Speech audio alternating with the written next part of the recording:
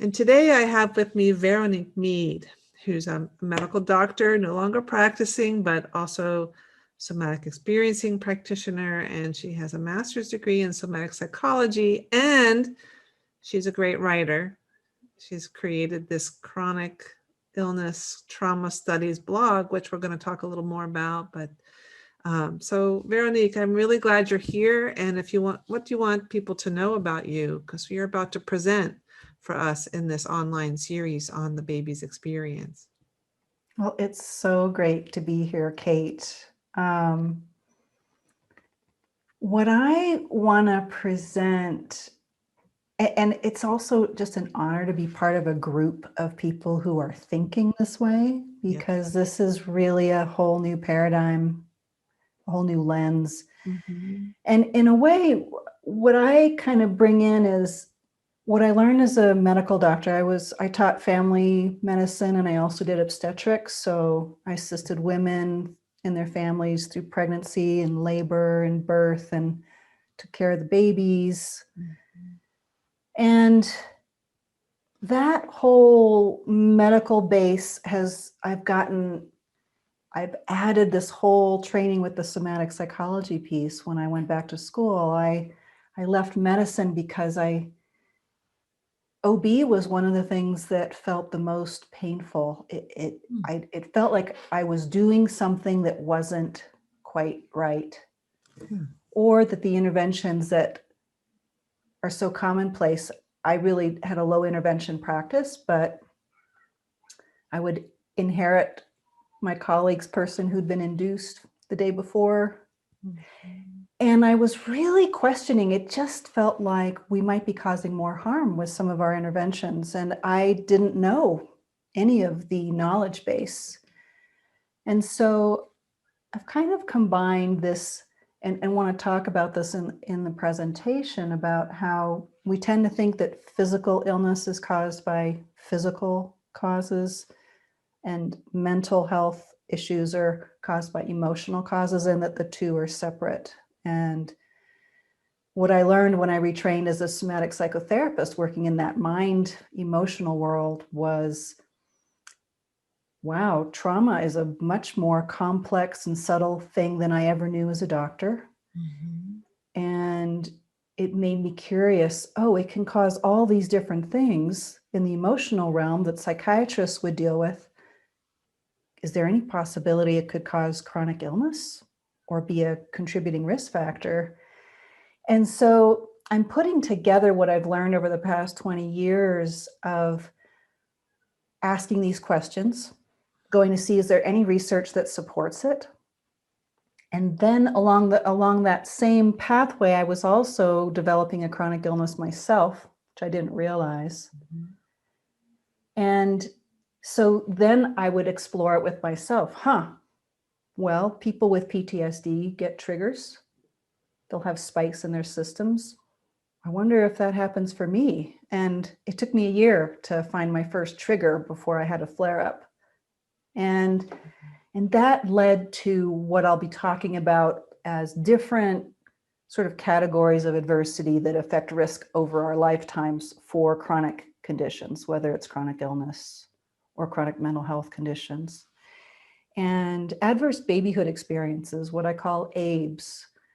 I've put together research from different bodies of research into 10 categories. And I'm going to introduce that just very, very briefly as a way into how might we look at what we're understanding about the effects of adversity in pre and perinatal life in the first 3 years.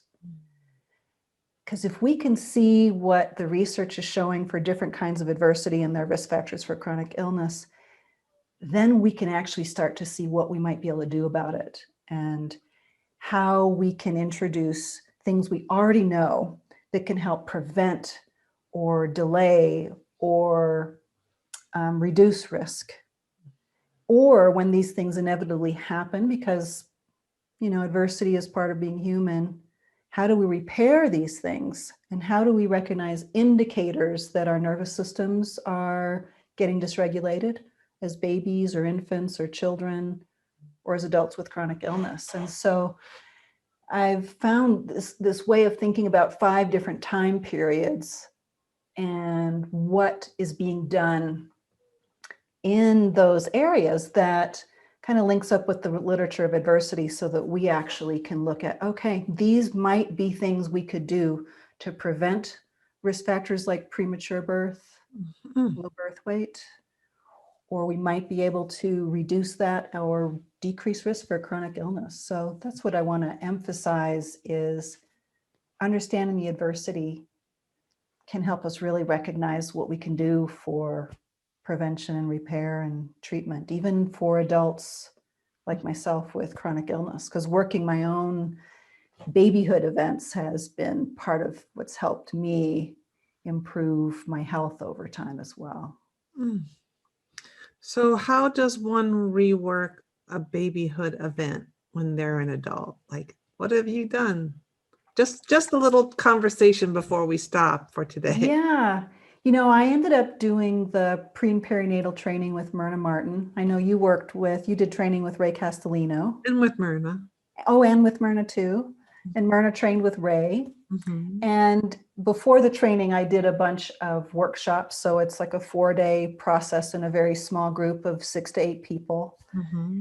And it was a process of exploration. And the very first one I did, I was taught as that process started, I was sensing into this process, and what emerged from my mouth was this image of caviar, which at the time I didn't even think, caviar are eggs. And it ended up being this exploration that seemed very linked to my own experience right around conception somewhere, maybe in the fallopian tube. I have a painting I did of that. And over the course of those workshops I did over the years and a 3-year training, I also discovered that I had a twin loss in the womb. I'd been a triplet. And that was something that was never known. But I told my mother about some of these explorations I was doing, and she said, a friend of mine who read my palm told me I'd have 4 kids. And she has 2 kids. That's all she knew about, but the other 2 would have kind of fit within that assessment as well. So those kinds of processes have been really informative for layers of grief, layers of freeze. That is how I see my chronic fatigue syndrome, as being a state caught in a nervous system pattern of freeze. And so it's been an unwinding through all these different kinds of layers. Well, thanks for answering the question. We can talk more about this at another conversation, because tonight, what I just wanted people to hear about is what you're going to talk about when we cut together for the impacts of adverse prenatal and birth events.